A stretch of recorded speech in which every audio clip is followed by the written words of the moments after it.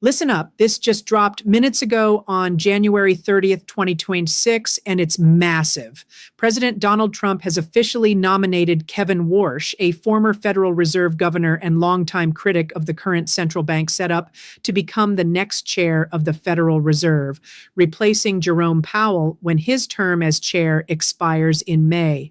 Trump posted it himself on Truth Social this morning. I am pleased to announce that I am nominating Kevin Warsh to be the chairman of the Board of Governors of the Federal Reserve System. He added that he's known Warsh for a long time and has no doubt that he will go down as one of the great Fed chairmen, maybe the best. Dramatic pause. Think about what this means. The world's most powerful central bank, the one that sets interest rates affecting your mortgage, car loan, credit card debt, savings yields, stock market swings, and the entire global economy, could soon be led by someone Trump handpicked after months of relentless attacks on Powell for not cutting rates fast enough or deep enough. If confirmed by the Senate, Warsh would give Trump unprecedented influence over monetary policy in his second term, potentially ushering in the aggressive rate cuts he's been demanding since day one. Markets are already reacting, the political world is buzzing, and everyday Americans could feel this in their wallets sooner than later. Stick with me for the full deep dive: who Kevin Warsh really is, why Trump chose him now, what his views on rates and the Fed could mean for inflation, borrowing costs, stocks, jobs, and the economy, the confirmation battle ahead, reactions from Wall Street to Washington, and why this nomination could be one of the most consequential economic moves of Trump's presidency. This is not hype. This is breaking reality. Let's unpack it step by step. First, the announcement itself came straight from Trump on Truth Social early this morning. No press conference, no leaks to soften it, just a direct post that ended a 5-month speculation saga. Powell's chair term ends in May 2026, though he could stay on as a governor until his full board term expires in 2028.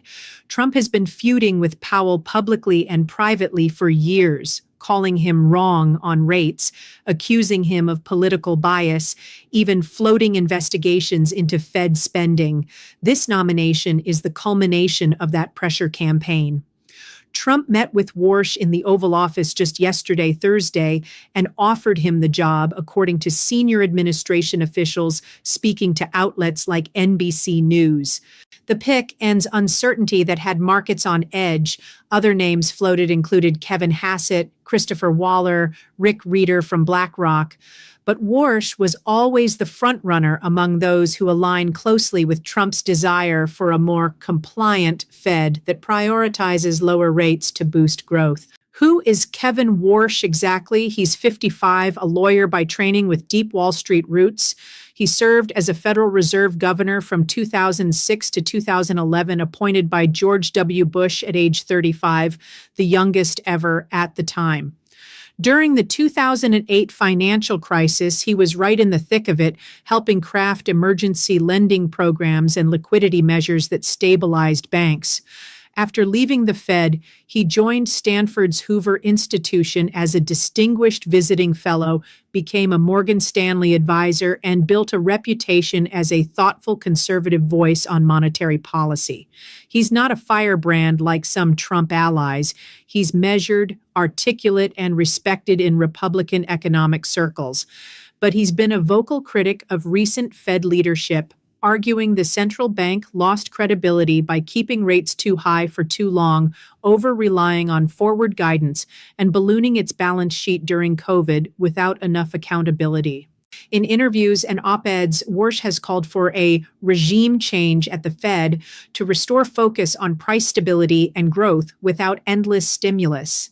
He echoes Trump's view that interest rates should be lower to support American businesses and consumers, but he's more cautious than the most aggressive doves.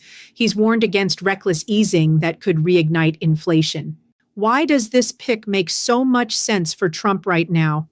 The economy is mixed. Inflation cooled to around 2.7% CPI, unemployment steady at 4.1%, but growth feels sluggish to many, and Trump has repeatedly said the Fed is holding back a boom by not slashing rates aggressively. Powell's Fed paused cuts late last year after a series of reductions, citing sticky inflation risks, exactly what Trump hates.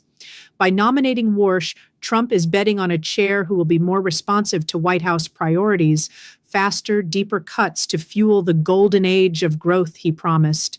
Warsh has criticized the Fed's independence in subtle ways, not calling for abolition, but arguing it needs to listen more to real-world signals like borrowing costs hurting small businesses. If confirmed, he could steer the FOMC toward a more dovish stance, potentially bringing the Fed funds rate down from its current range, around 4.25 or 4.5% as of late January, toward 3% or lower by year end, depending on data. Now let's talk market reaction because this news hit trading floors hard today. Stocks opened mixed but rallied on the news. Dow up about 0.1% early, Nasdaq and S&P futures gaining as investors bet on easier money ahead. Bond yields dipped slightly, signaling expectations for lower rates sooner. Why? Markets hate uncertainty, and Powell was seen as data-dependent and independent. Warsh is viewed as more predictable in aligning with pro-growth policies. But there's caution, too. Some analysts worry about perceived politicization of the Fed, which could spook long-term investors if it looks like the central bank is becoming a White House tool. Goldman Sachs and others noted that while Warsh is qualified and Senate confirmed before, the confirmation process could be rocky given Democratic opposition to anything seen as eroding Fed independence. Still, with a Republican Senate majority, odds favor confirmation, perhaps by late spring or summer. Digging into Warsh's views on key issues. On interest rates, he's consistently argued for lower rates than the current path, saying high rates punish Main Street while benefiting Wall Street speculators. In a 2025 CNBC interview, he said the Fed should have cut more aggressively post-COVID to avoid the inflation spike, then pivoted faster once inflation peaked. He supports a rules-based approach, but flexible enough for crises. On inflation, he's hawkish in principle, believes price stability is job one, but thinks the Fed overreacted upward and should err dovish now. On the balance sheet, critical of quantitative easing expansions, calling for faster runoff to normalize. On regulation, pro-business, wants lighter touch on banks without repeating 2008 risks. Overall, he's a mainstream Republican economist, smart, experienced, not extreme. But his alignment with Trump's lower rates now mantra makes him a dream pick for the administration. The confirmation battle ahead will be intense. Senate Banking Committee hearings will scrutinize his record, 2008 crisis role, post-Fed writings, potential conflicts from Wall Street ties. Democrats will hammer any sign of politicization, asking if he'll resist White House pressure on rates. Republicans will praise his credentials and crisis experience. Trump has a solid Senate majority, but a few moderates could demand assurances on independence. If confirmed, Warsh would be the first Fed chair since Paul Volcker to have such explicit presidential endorsement for a dovish shift. Powell has defended the Fed's autonomy fiercely. Expect him to stay on as governor and potentially clash if Warsh pushes too hard.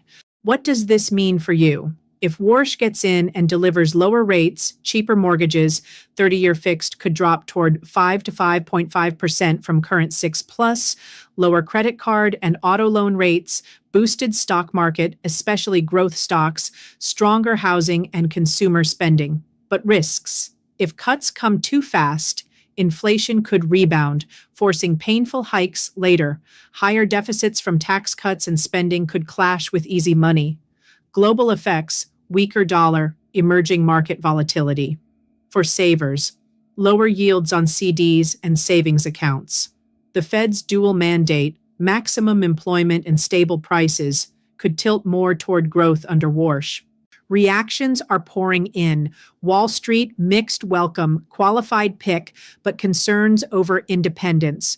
Economists, some praise experience, others warn of politicization risks. GOP lawmakers, supportive, seeing it as win for pro-growth agenda. Democrats, skeptical, calling it a power grab. Powell himself hasn't commented yet, but sources say he's focused on finishing strong. Trump allies like Stephen Miller and economic advisors are celebrating, finally, a Fed chair who gets it. This nomination is more than personnel. It's a statement. Trump wants direct influence over the economy's steering wheel. If successful, it could define his second term's economic legacy. If blocked or backfiring, it could fuel narratives of overreach. Markets, voters, borrowers, investors, everyone's watching. What do you think? Will Warsh deliver the cuts Trump wants, or will Senate push back and data force caution? Drop your thoughts in the comments. Great pick, or Fed independence at risk. If this breakdown helped, smash that like button, subscribe for more breaking economic news, hit the bell, and share with anyone tracking rates or markets. Full sources in the pinned comment: CNN, Reuters, NPR, Politico, CNBC, and more. Thanks for watching. Stay tuned as this confirmation plays out.